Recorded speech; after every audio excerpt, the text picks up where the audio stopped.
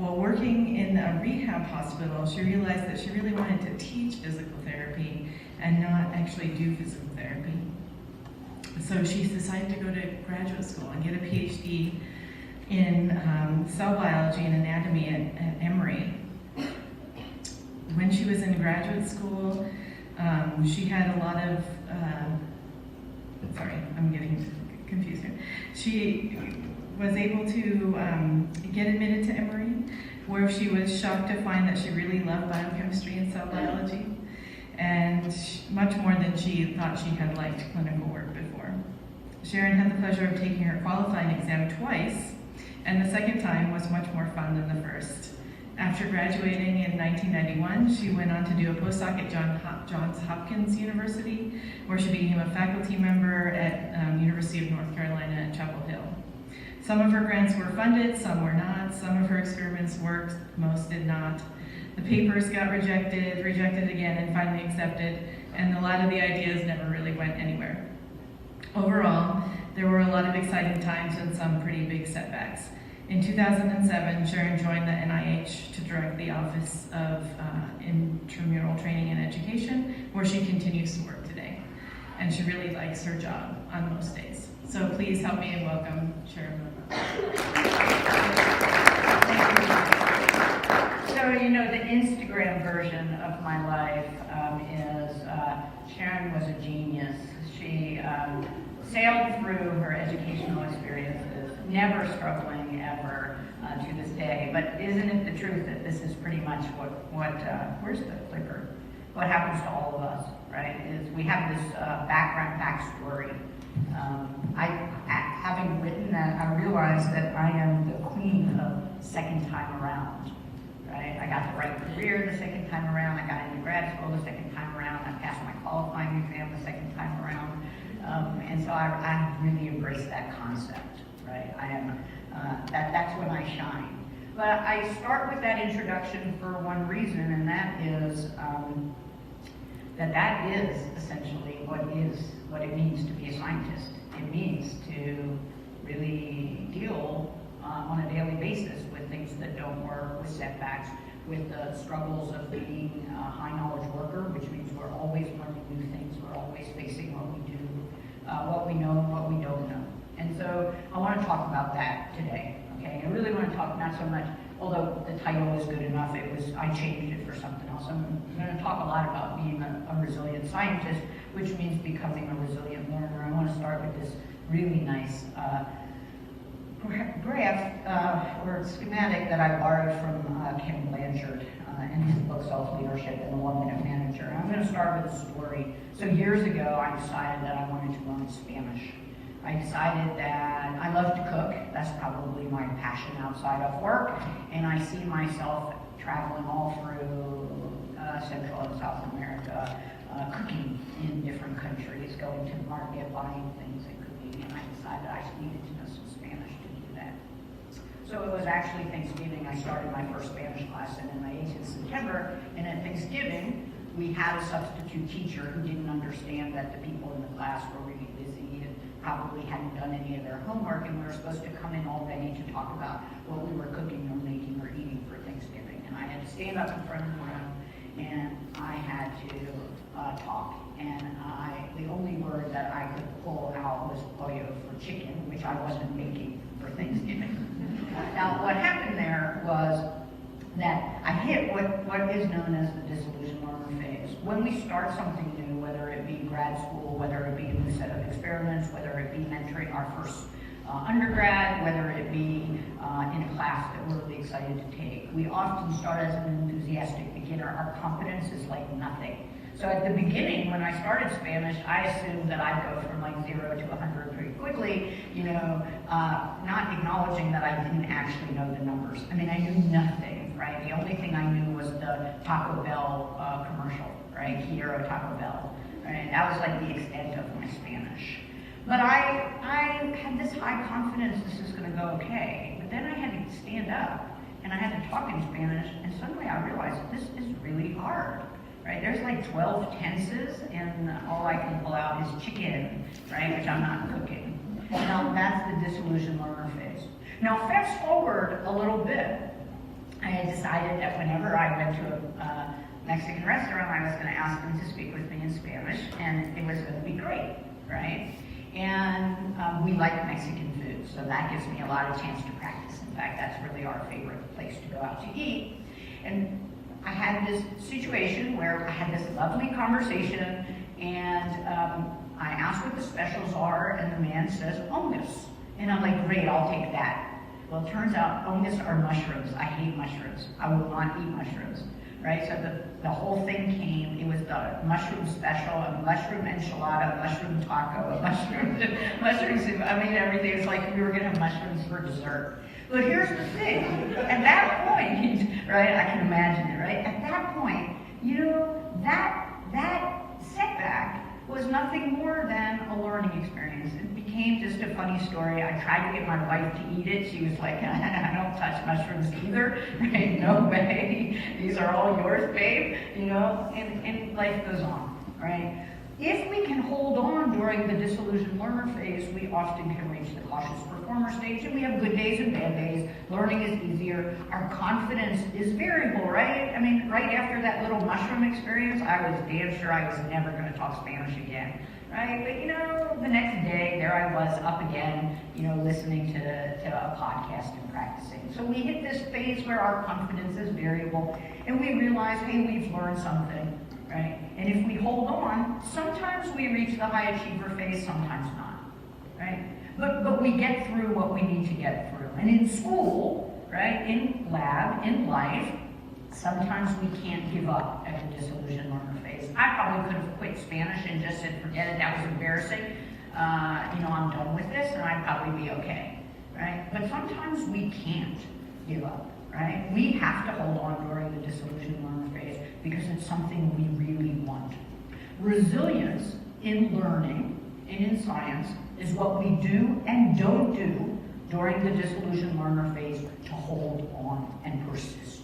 It is the ability to say, that sucks, it was totally embarrassing, it's totally disappointing, I don't feel very good about myself right now, and I still need to keep going. Right? I need to find a way through this disillusioned learner phase. So resilience is essentially the ability to adapt and grow through hard times. It's the ability to navigate a difficult challenge with awareness, with intention, with ease. It's the ability to move forward in a constructive way. Right? So whether that's about experiments or about class or about writing a grant or about a disagreement with your PI or about something at home. It's the ability to say, right now things feel pretty hopeless, but they're not. Resilience is a set of attitudes and behaviors, and the only way we can become resilient is to practice and learn. Okay? It's not like some innate thing that just turns on when we need it. It's something that we develop through education, through self-reflection, and through practice. All right? And if we had time in a longer workshop, I would make you each pull out a piece of paper and a pen, and I would tell you to journal about a time when you held on during the disillusioned learner phase, and journal about a time when you didn't, and look for behaviors. Right? Look for what you do and don't do. And I really encourage you to do that at some point later, but for today, to get through material, we're just going to put that on the back burner. I want to give you 2 take-home messages, and I know from Brian that some of you have heard this one is my favorite actually, and that is resilience equals people plus process. We are hardwired to connect with people. We need to be a part of communities. And in those communities, we need to feel seen and valued and heard. And if we want to be resilient, we will work on developing that community. Sometimes that community helps us with a little pity party, right? And we get together and we complain a little bit, but quickly we let go of that part and we move towards the future. And what can we do proactively? So it's not a community that holds us down. It's a community that will sit with us in the hard times, but then help us move forward. Plus process. And by process, I mean how we treat ourselves what resources we use, and what we do in the disillusioned learner phase, or what we do during that time of setback. We need both people and process, so we need both. The second thing that I like to give as a takeaway is those who are resilient prepare to be resilient. Mostly what we want to do is ignore this because it takes time, and we're like, we don't have time. But if you want to be resilient, when the going gets tough, you have to put energy into it now. Resilience is a set of attitudes and behaviors, and we don't whip out new ones on a dime when we need them. So just like you will sit and learn how to do a technique, just like you will perfect your presentation skills, you have to perfect your resilience skills. All right? They don't just come when we need them. They come because we develop them. And we're going to move through a set of things that we need to do to be resilient. And the first three really are encapsulated by that brief introduction. The first is we need to learn from our previous experience, both good and bad. I know what my anti-resilience strategies are. And they start with the word fine in a really clipped way. Whenever I say, well, that's just fine, it's like a push to me to realize that right now I'm feeling really sort of thinned out. I'm like, I can't hold on, like I'm gonna give up, I'm gonna hide from everybody, I'm gonna let this problem fester, and it will, because I won't do anything about it. So we have to learn. Your sign may not be fine. Your sign might be 3 times more video games. Your sign might be not showing up, right? Just finding a reason not to get out of bed, right? Each of us has some signs of the things that we know are telling us, wait a minute, we're in a little bit of danger here. So we have to learn not only from those warning signs, but also the good behaviors. So what do I do that really helps, right? And so that's number one. We talked about that a little bit already. And then people plus process. Strong positive relationships with peers and mentors, and proactively using resources to thrive. So those are the first 3 things, all right? I mean, I did it sort of quick. That doesn't mean it's easy, but that's the beginning. The next one we'll spend a lot of time on, and that is if we want to be resilient, we have to be really thoughtful about how we approach setback and how we engage with our own negative self-talk or our inner critic. All right? So most of us carry on pretty much nonstop an inner conversation, right? So when those mushrooms came out, rest assured that inside my head was a whole, conversation happening, right? When we get a grade back that we're not happy with, right, or happy enough with, there's a conversation. When our PI and I are debating something and we're not getting anywhere, we have both what's happening in the present in real time in that conversation and what we're telling ourselves about it in our heads. And we have to get comfortable with that inner dialogue, all right? Because the key to being resilient is to understand that inner dialogue. So I want to start from this brief schematic for the ABCs. Anything that pushes our buttons, that could be a setback, that could be a disappointing grade, that could be a difficult conversation. Any sort of adversity is the A, okay? That leads to beliefs, and those beliefs amplify the consequences, right? A bad grade is a bad grade, and that has some implication, right? When I had the joy of not passing my qualifying exams the first time, I mean, there's some consequences to that. I had to slow down in lab, I had to study some more, right? I had to go back and face some gaps, right? There are some consequences. But it was the beliefs in between that amplify those consequences, all right? And so it's also, we have no control of the activating event once it happened. None of us have the superpower of going back in time and redoing, right? Only in golf do we get a redo, right? In anything else, pretty much, it is what it is. So we have no power to change the activating event, but we have a lot of power to work on our beliefs, right? To put the setback into appropriate perspective.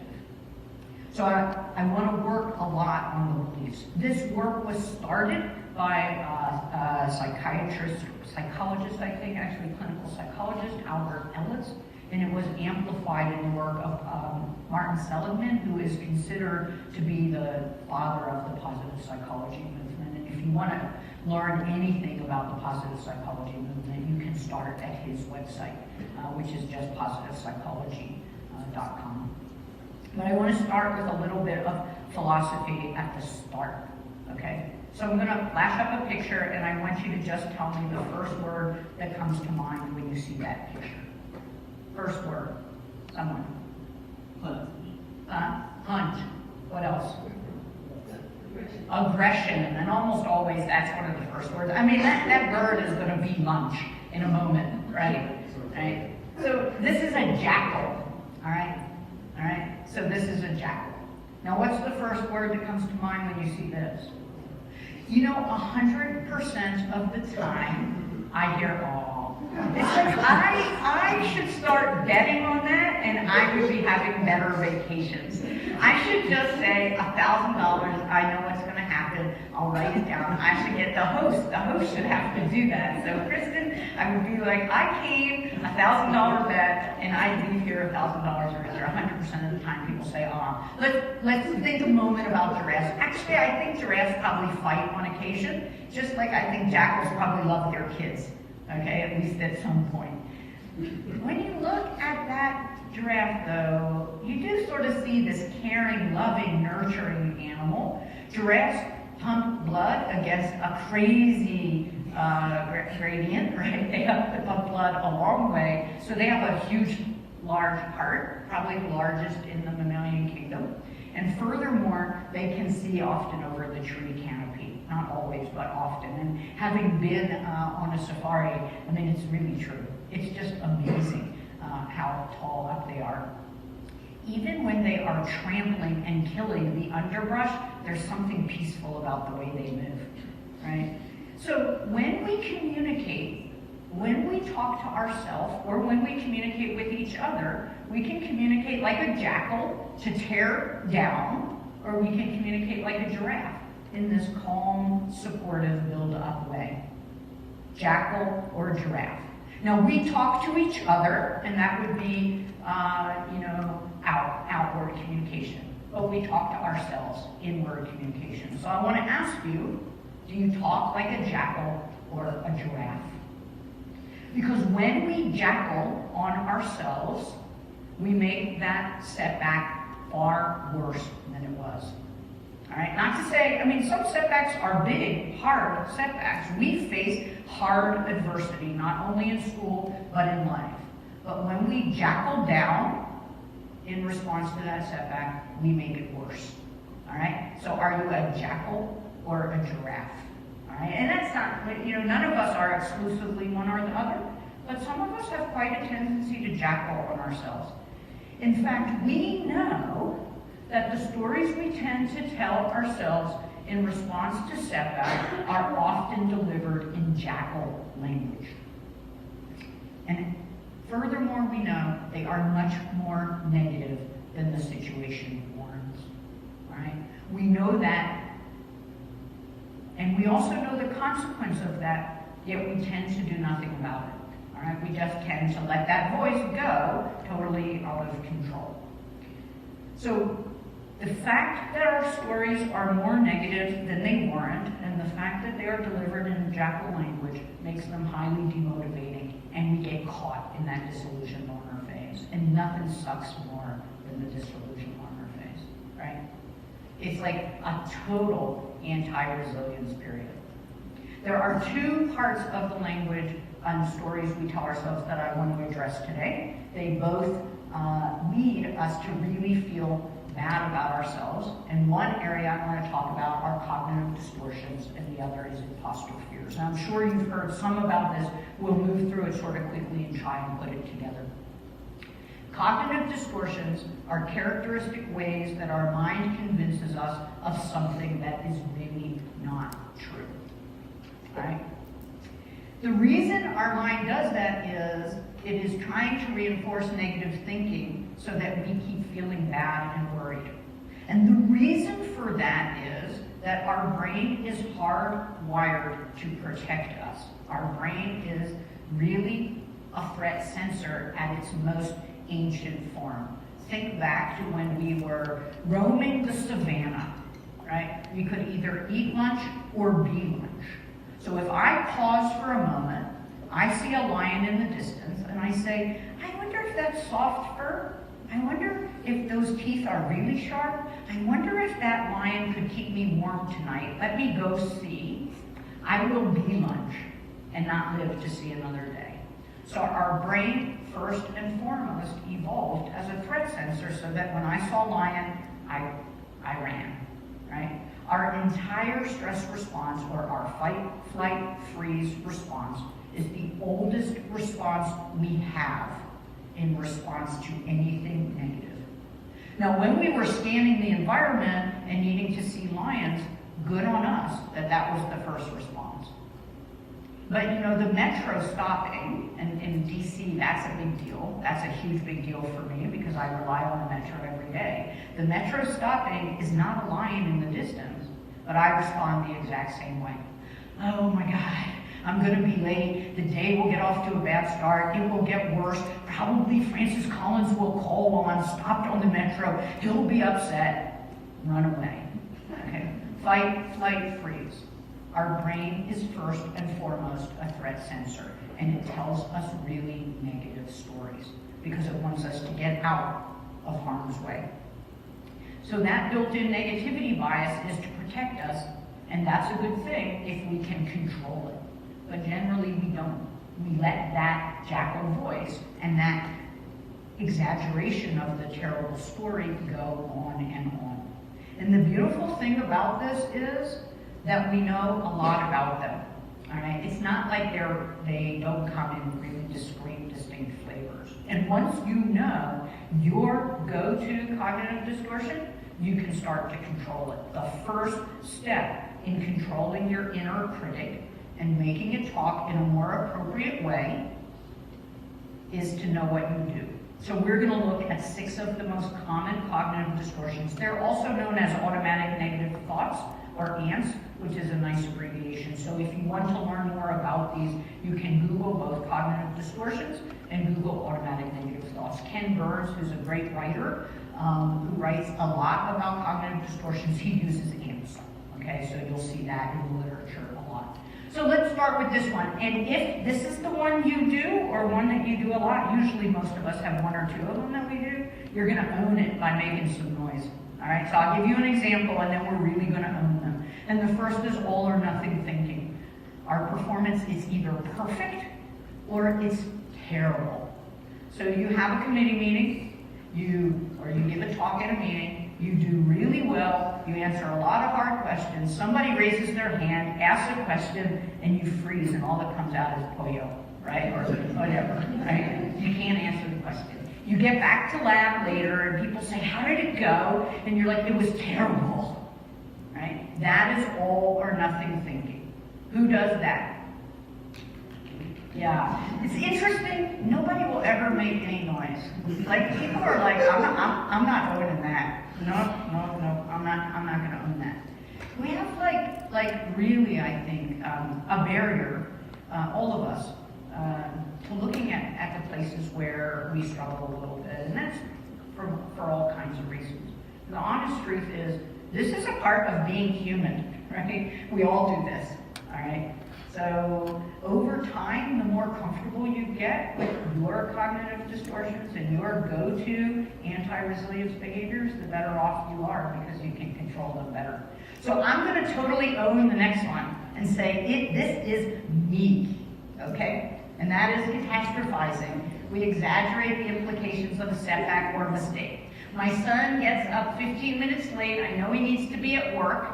I know he's not like, I don't hear any noise, right? I'm like, he's going to be late for work. His boss is going to be mad. He's going to get fired. He's going to live in my basement until he's 40, right? That is catastrophizing, okay? And I catastrophize about everything. The metro stopping, a bad grade, a disagreement at home, everything. So who catastrophizes? Yeah. It's a really common cognitive distortion. I don't know if that's in general in the entire population or that scientists like we select for catastrophizers, but it's a really interesting one, how many people say, yeah, that's me.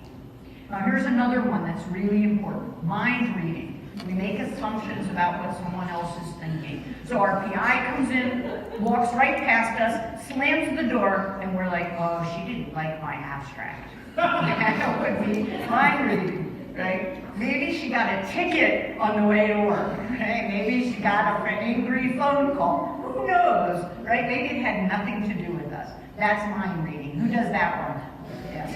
Yeah, 2 hands up. Yeah. All right, now, mind reading goes together with this great one called fortune telling. When people say, what superpower do you want? I'm like, I want the power of fortune telling. And that is we predict the outcome of an event before it happens. So I'm not going to apply for that. I won't get it, right? I'm not going to ask to be nominated for that. They'll nominate somebody else, right? That's fortune telling. Who does that one? 2 hands up. All right, here's another one. This is a really key one. I'm going to talk about imposter fears for a little while, and they go, this is what underlies at least part of imposter fears. Minimizing. We downplay the importance of our accomplishments or positive qualities. Congratulations on getting that travel award. Oh, it's probably a mistake. Right? Probably nobody applied this year. Or they meant to send me the rejection, but they sent me the acceptance by mistake. Right? Or would you're so great with the students, could you organize our journal club? Oh, I'm not really that good. Right? Yes, I practice really hard. I read articles, I took a mentoring class, I work at it, but it's really no big deal. Right? That's minimizing. How many of us minimize? Now, here's another one. This one, overgeneralization, I like to talk about. It's funny, at the first one, everybody's like, I'm not touching these. I am not touching these at all. And then you realize, wait a minute, this is like the story of my life, right? If the story of my life was a cartoon, it would involve all of these, right? Overgeneralization. We take one negative event and see other similar events through that failure. So Kristen said, I want to be honest and tell you I passed 2/3 of my qualifying exam the first time.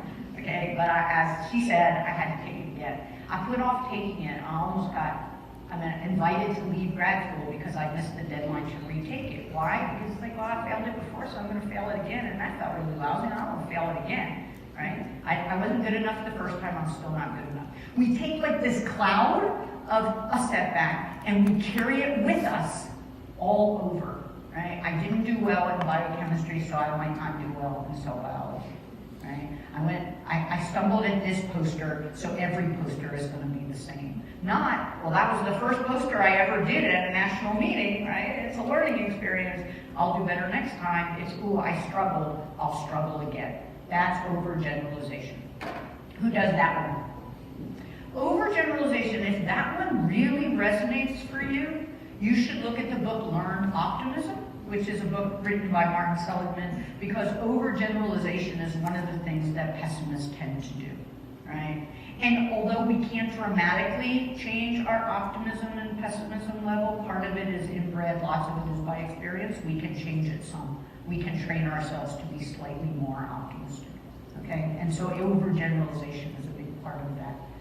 This is last one I'm going to talk about, and that is emotional reasoning. We assume our emotions are a true reflection of the way things are. So I think some of you walked in when I was telling the story about Thanksgiving, and I did at the end of a lovely day have an argument with my son. That was sort of a hard way to end the evening, and I walked away from that, oh, Sharon, you're a lousy mom. Right? The fact that I feel like a lousy mom does not make me a lousy mom. I'm just a mom who spent 12 hours in the kitchen and felt a tiny little bit underappreciated in the moment, right? Oh, I'm so stupid, right? We feel stupid, so we assume we are stupid. We feel like a disappointment, so we assume we are a disappointment, and that's called emotional reasoning. The problem with this one is when we get caught in emotional reasoning, we feel so bad about ourselves because emotional reasoning triggers shame. And shame is like the worst of all emotions. Shame makes us want to fold up and hide, right? And to persist and go back and take our qualifying exam or try and experiment again or go talk to our committee members after we had a bump in a meeting means we got to walk out and be seen. And shame wants to make us do the opposite.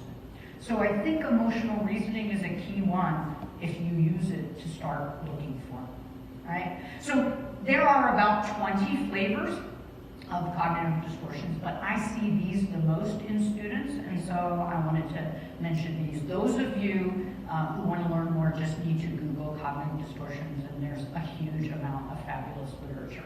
The beauty of knowing your go-to cognitive distortions is once you know them, you recognize them, and you can do something about them. All right?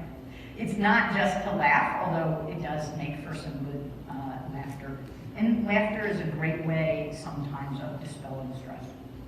Now I want to talk about one other element of the story we tell ourselves, and that is imposter fears. And for those of you who have heard this material or this information as imposter syndrome, I want to explain why I think that is not positive or good language. I understand why it started that way, but I think we need to change it. Just like we need to change the language of alternative career to just call it a career, I think we need to change the language imposter syndrome to imposter fear. Why? Because syndrome, if you look in the dictionary, it says a characteristic set of things, that leads to a problem, right? It's almost like we need a cream to fix our imposter syndrome.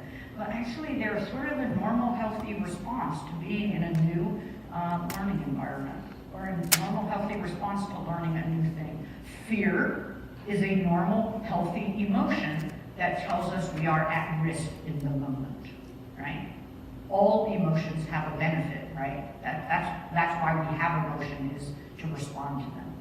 So imposter fears are the feeling of phoniness in people who believe that they are not intelligent, capable, or creative, despite evidence of high achievement. And you could laugh for 1 minute at my cartoon, okay? Because eventually this is not going to work. Because my son has never seen a mouse like that, right? But I think it's really a great cartoon. Imposter fears were first described by Pauline Rose Clance, who is a psychology professor at the University of Georgia. And she defined 4 flavors: feeling like a fake, attributing success to luck, discounting our successes, and assuming we had to work hard when everyone else sitting around us didn't. Okay? Those are the 4 flavors of imposter fears. So the thing about imposter fears and why I think they're so normal and so healthy in some way is look at the first cause of imposter fears, being a student.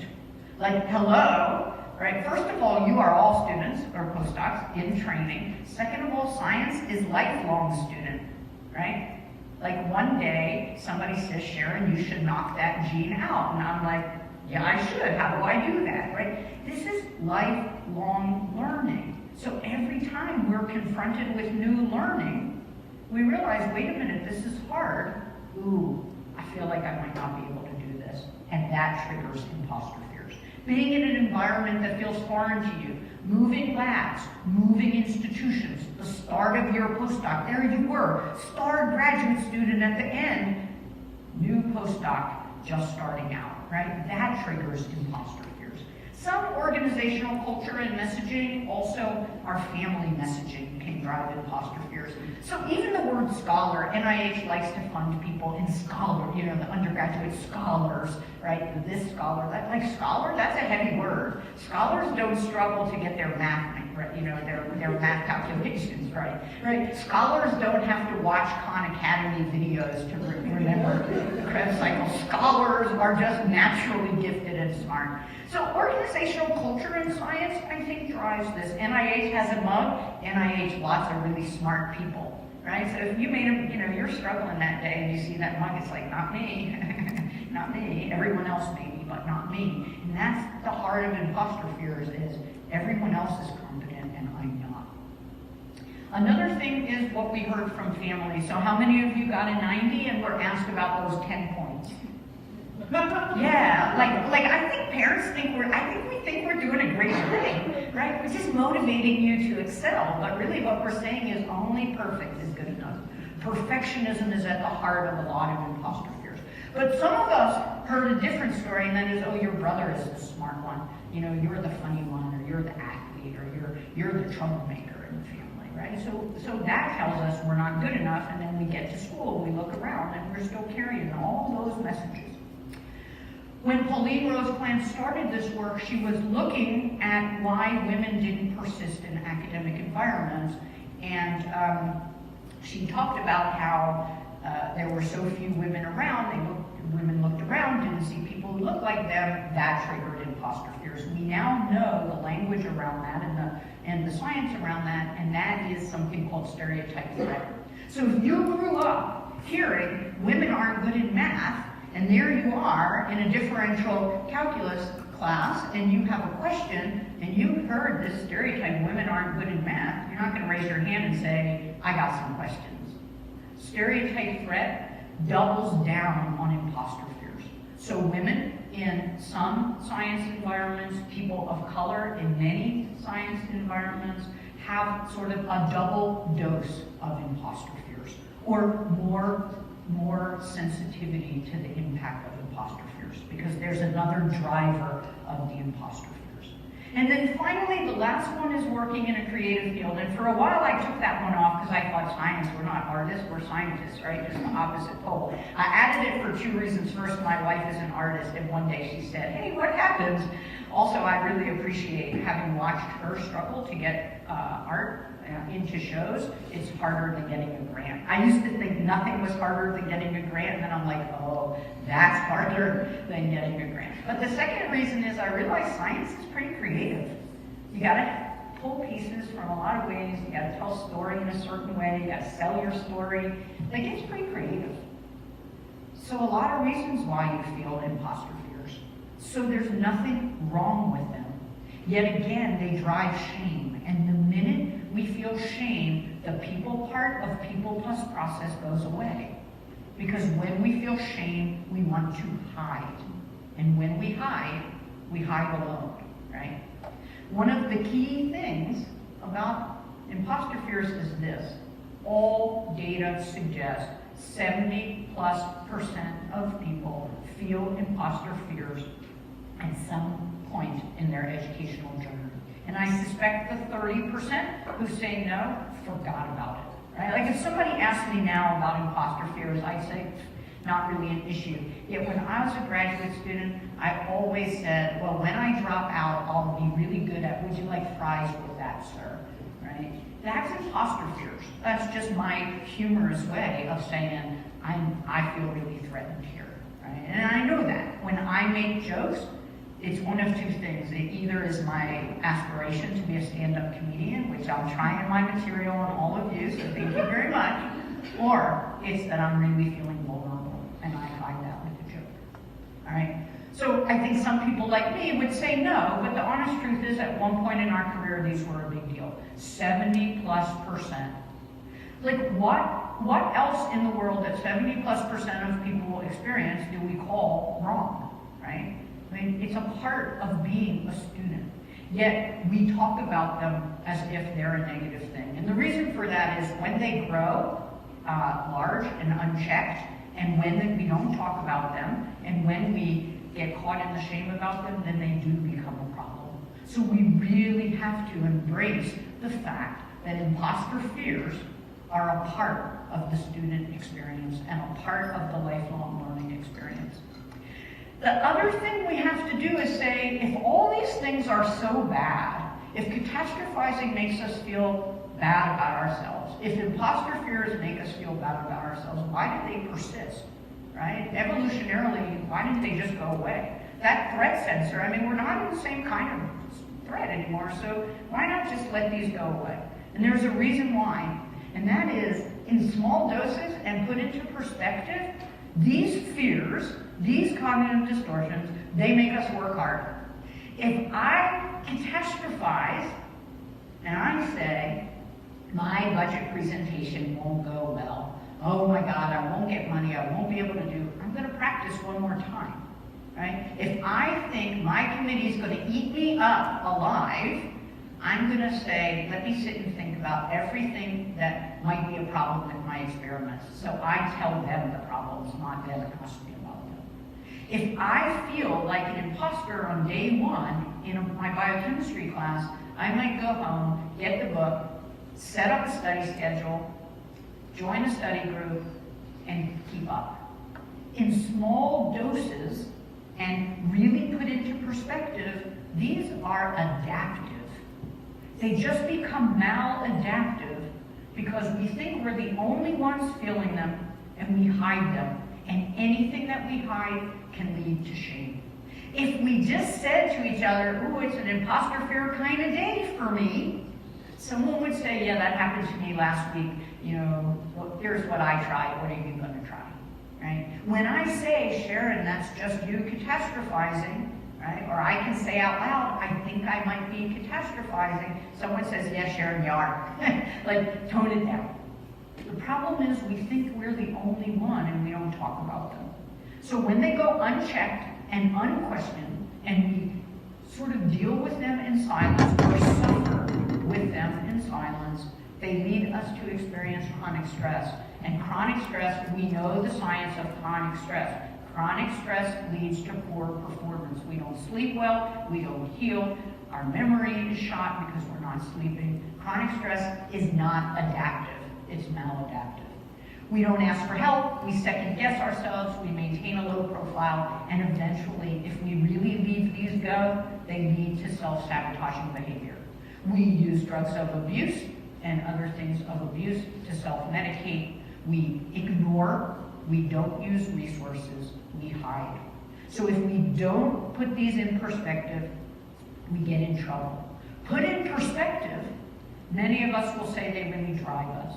A small amount of catastrophizing can go a long way towards studying. A lot of catastrophizing at least leads me to binge watch baking shows. Okay. And by the way, there was no Chopped on TV last night, but there was a baking show on, so I was happy. We all need to understand our self-talk. Some of you catastrophize, some of you really struggle with imposter fear, some of you mind read so much that you can't talk to your PI because the conversation has already been completed in your head and it didn't go well. We all need to explore our self-talk. One great tool is journaling. The science behind journaling is huge in terms of helping people build resilience. And you can just Google using journaling for resilience and you will find all kinds of information. The beauty of journaling is, what time does this go till? The beauty of journaling is that it allows us to see patterns and there's no ego involved. I don't need to tell anybody that I'm a catastrophizer. I can just sit with it, okay? We can talk about them with mentors and peers, but if this really pokes you and this really gets in the way, the thing that you need to do is find a counselor and explore them. Because all of us can learn to deal with our imposter fears and our cognitive distortions. And in fact, the whole theories of cognitive behavioral therapy are about how to hear the stories we're telling and change them. So we really need to seek resources. But in the moment, we need some strategies. So you're in lab, you're overwhelmed, your PI walks by, suddenly you're a little bit in a negative zone, and we need some tools for getting out of it. So the first thing is take a deep breath and pause and stretch. Right? The minute you hear that catastrophizing train or that imposter fear train, the minute you hear that train, you gotta pause for a moment. Right? Acknowledge, talk back, right? Appreciate that the stories are part of the human experience, the student experience, the lifelong learner experience. I mean, this is just a part of life. If we want to play in a really, really high knowledge arena, then we face the fact that we usually don't know something. And there's always someone in the room who might, right? So we need to also use our science voice to question them, okay? What are the data to suggest that my committee meeting didn't go well? The committee said, come back in 8 months with a plan to defend, or move on, you passed, you should work a little bit on X, right? What are the data to say it was a disaster, right? Use your science voice. And one thing students have pointed out to me is that just some positive inspiration goes a long way. An affirmation, right? I like to say, you know, Sharon, you're just catastrophizing.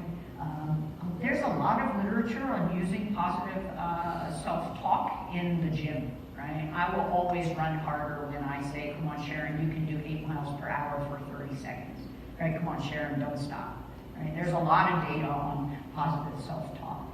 For some, it's something around their neck. For some, it's something in their pocket, right? But we need some things that help us find inspiration in the moment. We have to stop that train of negative self-talk as quickly as we can. So hats, keep in mind, hear your negative self-talk, appreciate you have a choice, talk back using giraffe language, and seek resources and help if needed. Sometimes it's just change your hat, and sometimes you need to go through to the S.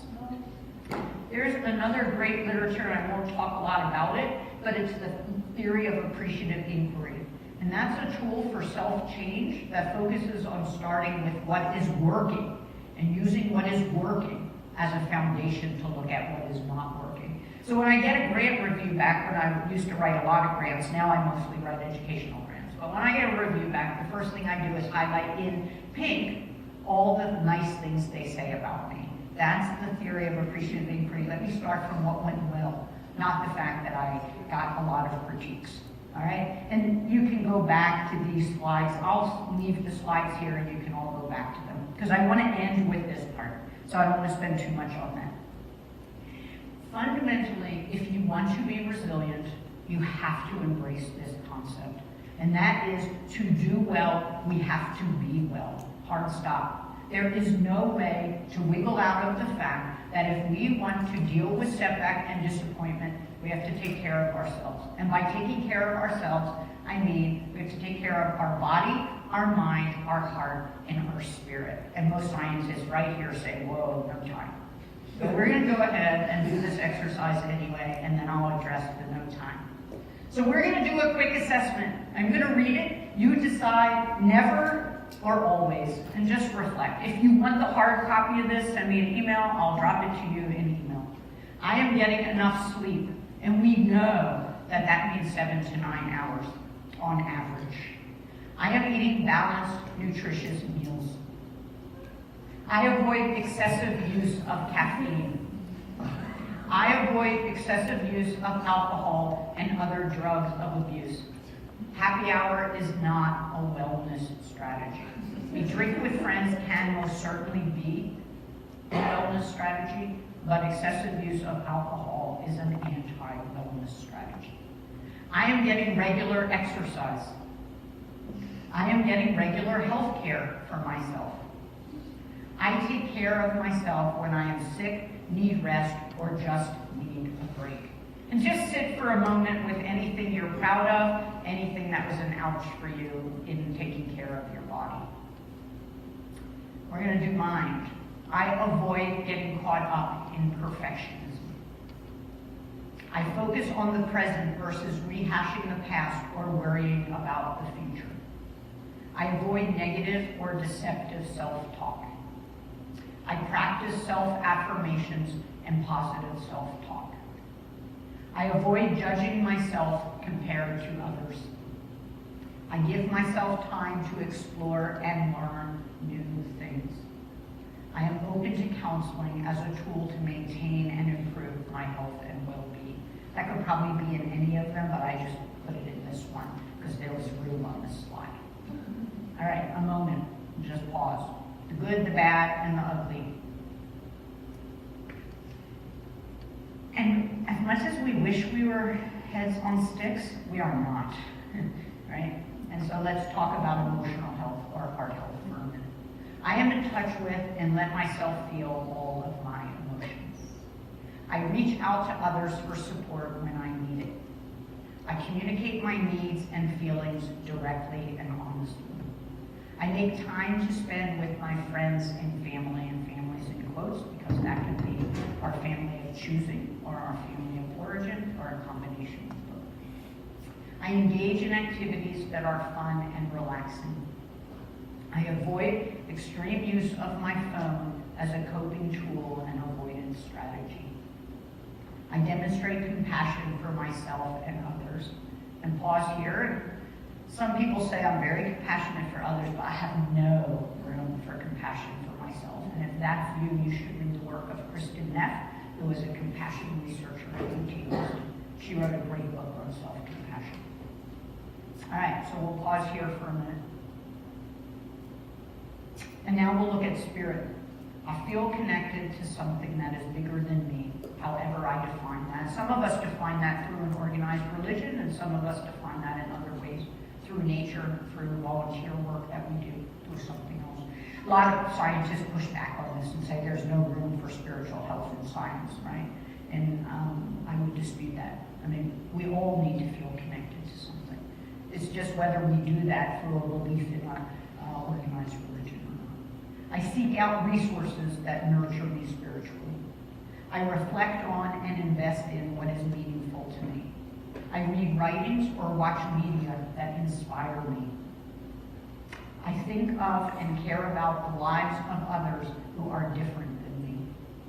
I allow myself time to just be, i.e., I am a human being, not always a human doing. So let's pause for a moment on spiritual health. If we want to truly be a resilient learner and a resilient scientist, we have to find time to take care of ourselves in this kind of holistic way. And there's a lot of ouches in this for people. The honest truth is I've been teaching this material a long time, and there's a lot of ouches in it for me as I think about this for myself. Oh, one last one. I engage in activities that support my life's purpose. So food for thought for each of you as you walk out of this workshop and as you move forward. Where are you doing well? What might you like to work on? Generally, we can't work on one new thing, more than one new thing at a time. So start with one thing that you'd really like to change, right? And work on developing that one new habit, or letting go of that one bad habit and replacing it with a good one. So I think at the end of that, what we really should do is talk about the elephants in the room. If you can believe this, I took this picture in Wongate National Park about a year and a half ago. The first elephant is who in science values taking care of yourself. Right? We come in on Monday and we like say, I worked hard all weekend. I wrote grants, I did this. You get a lot of anti-self-care messaging. There's also a lot of shame in general about needing to take care of ourselves. Like strong people don't need self-care, right? Only the weak need self-care. There's a huge amount of stigma around counseling, not only in science, but in many of our families of origin and communities that we came from. There's a lot of stigma and shame around career decision-making, right? We've grown up steeped in an alternative career, right? Alternative by definition meaning less than. The honest truth is the entire culture of science sends us an anti-self-care message, right? Yeah, if we want to do well, we have to be well. And I think there's a lot in science to be proud of, but there's an awful lot that we should be really worried about, like harassment, right? Like the fact that there's so much poor mentoring, that we can jackal on people all the time and say, well, that's just science. I mean, I think there's a lot of reason for us to sort of start making some space to deal with those elephants. And while I think that's really hard for students to do, given the power and dynamic in the hierarchy, the honest truth is, if you don't start taking care of yourself, nobody else is going to do it for you. And I think based on the looks on the faces of some of you, it's been a conversation maybe that needed to happen long ago. The last thing that we need to do to be resilient is we need to do things that bring happiness and meaning to our day, our week, our month, and our year. And yes, our work brings meaning and happiness. But let's be honest, that is really not enough. Occasionally it is. On the day our paper comes out, or the day we defend our thesis, or the day we realize I'm good at this, at least until we think we're not good at it. Yeah, there are days when it brings a lot of happiness. But some days we need to find happiness and meaning other ways. And so I want to encourage you to go and make what I now call a wellness collage. It's the way that we can identify the things that bring us happiness and meaning. And I read this, and I don't know where, but it's such a great quote. Never underestimate the things in your life that bring you happiness. And we cannot put them off for 5 years of grad school, or 4 years of a postdoc, or 7 years to get tenure, or 20 years till we, complete whatever.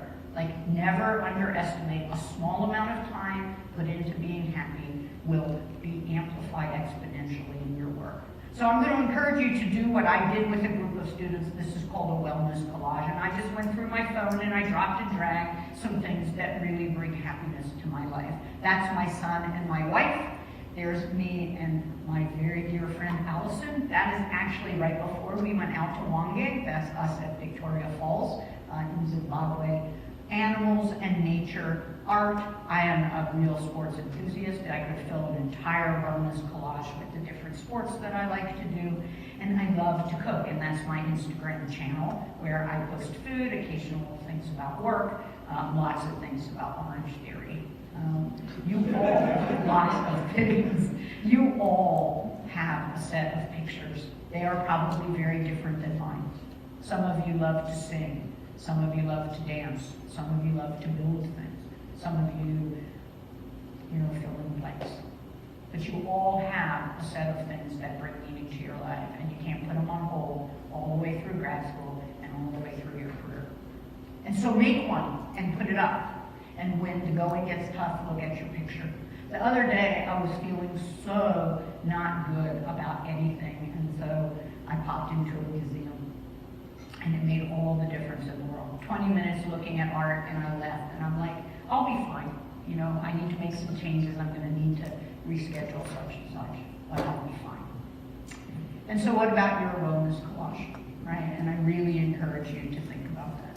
So we're at a place wherever we are, and we have a place where we want to go, and we have to attend to two things. One is our people plus process part, the mentors and learning communities that we're a part of, but the other is our own internal landscape. We actually hold ourselves back a lot, and we let others hold us back by listening too hard to their Jackal language about us and about our opportunities. And so I just want to leave you with this as my parting thought. This is a monarch that hatched in our front yard. If you think about it, we all have the ability to go from that to that in some way, right? It takes time, it takes energy, it takes effort, it takes self-care, it takes finding a mentor that supports us, or many mentors that support us, but we all have the ability to make these kinds of crazy metamorphoses. This is shocking, right? I mean, it's like the ugliest of caterpillars that becomes this amazing butterfly. So with that, I'll stop and take questions, and thank you all for listening, and thank you, Kristen, for the invitation.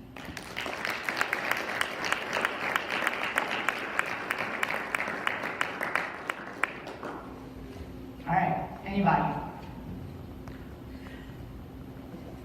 What's interesting is there's never any questions, and then I have 20 emails. So probably if you have a question, so does somebody else. So I give you one last minute. Yeah.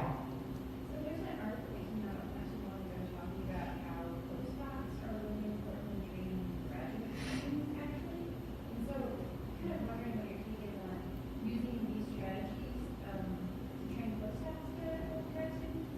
And I think that would probably actually help postdocs themselves too.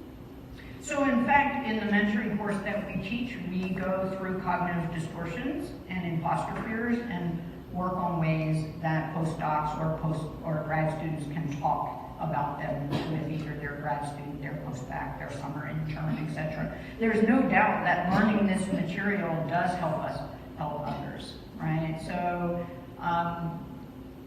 your student has a big setback, and you know about this, and you can say, boy, I feel like we could catastrophize about this and get stuck, and right? Using this material can help, and it does help both the mentor and the mentee. There's a lot of evidence to suggest that mentor training. There's actual data on anxiety and depression in graduate students. There isn't anything in postdocs that I've read recently, but it shows a protective effect of a good mentor. And much to my surprise, the protective effect was smaller than I would have imagined, and I wish there was a prospective study, right, where we could look at if you had a really supportive mentoring from the beginning, how much more protective would it be? But there is evidence to show that having a supportive mentor, which means someone who understands the science of success and the science of learning, there's evidence to suggest that it helps. Good point. Yeah? I like the Jackal and Giraffe metaphor. So I have a pretty strong Jackal, and I wonder how sometimes, I'm like, oh yeah, be nice to myself, right? And then I try to justify, whatever, right? But sometimes I find myself needing another Jackal that's even stronger to suppress that Jackal? Does that make sense? Yeah, it does. It makes a lot of sense. Especially for those of us who grew up in environments where jackaling was like sort of the standard practice, right? We believe that first of all, we're really used to it, and we believe it's a part of our success, right? Well, I got this far, and I've always been really mean to myself and mean to others, maybe, in the past, so it's a key to our success, and that's a self-fulfilling prophecy. And the only, and actually I have quite a strong outer jackal as well. And the thing that really helped me realize was to pay attention in the moment to how people responded to my jackal, and then I started realizing only I was enjoying that. And I think that that's a really good exercise, is to try to pay attention when you show that jackal outward, what kind of response you get. The other thing is to ask yourself, would I have said that to someone else? And if the answer is no, I wouldn't have said it to someone else. Do an experiment, right? You're a scientist, so do an experiment and try to live a week without the jackal, right? Every time you hear the jackal say, you go to the side, I'm going to bring out my giraffe. And I should say that work, I mean, I wish that was my metaphor because I think it's amazing. It's the work of the nonviolent communication movement. I can't remember the name of the person right now. But it's a principle of communication that's built on the models of really great civil rights leaders like Mahatma Gandhi and Martin Luther King. I mean, so it is really a powerful metaphor, I think, on their legacies. I think a lot of us have a very, very strong jackal. Both science values outward jackaling in some way, right? We say, well, we're just giving real input, right? It's interesting, though, for us to pay attention to would we feel better if we didn't use it? And would people work more, right? I jackal on people in my office. It takes a while for them to come back and try again, because a lot of us don't really like to be jackaled on. Other things? Yeah. I have a question about imposter fear. So I feel like I have imposter fear almost every day and everywhere because I'm an Indian immigrant woman. I am much older than most of the postdocs, and I'm still a postdoc, and I have a family. So I feel like imposter everywhere. I go home, I feel like imposter because nobody is doing what I'm doing career-wise. When I'm here, I feel like an imposter because I'm much older than everybody else, and I've still not achieved what in my mind I wanted to achieve. So my question is there any book or a website which would help me fight with this imposter fear? Yeah. So actually, all of the literature on cognitive distortions, and that is that we retell the story. There are a lot of resources and websites. So it's interesting. You can say, all these things are against me, or you could say, I took a really unusual journey to get here and have accomplished a lot, right? Immigration is hard. Being a mom is hard. Working in science and juggling a family is hard. And look at how much I've persisted. Much of the literature on how to deal with cognitive distortions, and the honest truth is imposter fears are just a unique flavor of cognitive distortions, is that we try to reframe. And in fact, reframe is the word to keep in mind.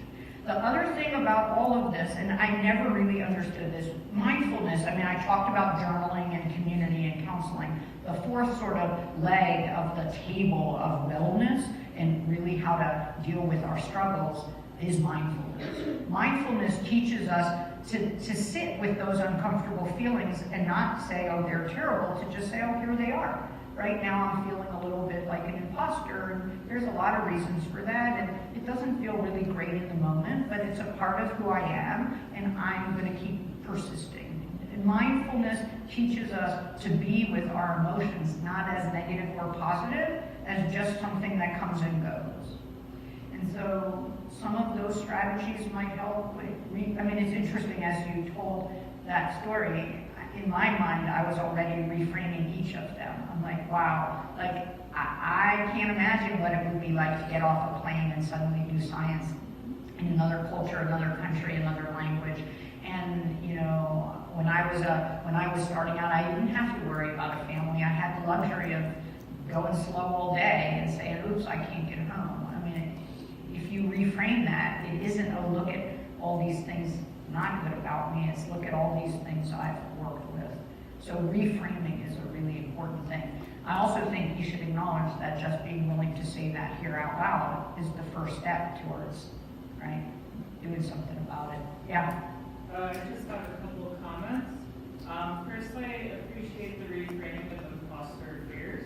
One of the reasons is because the bullet point about feeling lucky is that privilege is a real thing. And my second comment is I've found that fighting my jackal can be more exhausting than listening to the jackal. And sometimes the jackal needs to be Giraffe. You know, it's an interesting comment, thank you. I do think sometimes in the moment it's really good to just say the jackal is what the jackal is, and right now I just need to finish this committee meeting. Like, I don't have time to step out and, you know, deal with this. But I do think that eventually we need to sit and say, how much do I jackal? It's so interesting how quickly we will accept it as a verb, right? I jackal, I was jackaled on, right? I do think eventually we need to sit and maybe with a journal or in a discussion group or with a counselor, someone we really trust, and say, God, I do have this really harsh jackal language, and I wonder how helpful it is in the moment. And the idea of transforming it in the moment to a giraffe is a great skill to aspire to learn. And so thinking about it that way, I think, is really, really helpful. I think sometimes in the moment, we just need to persist and hold on.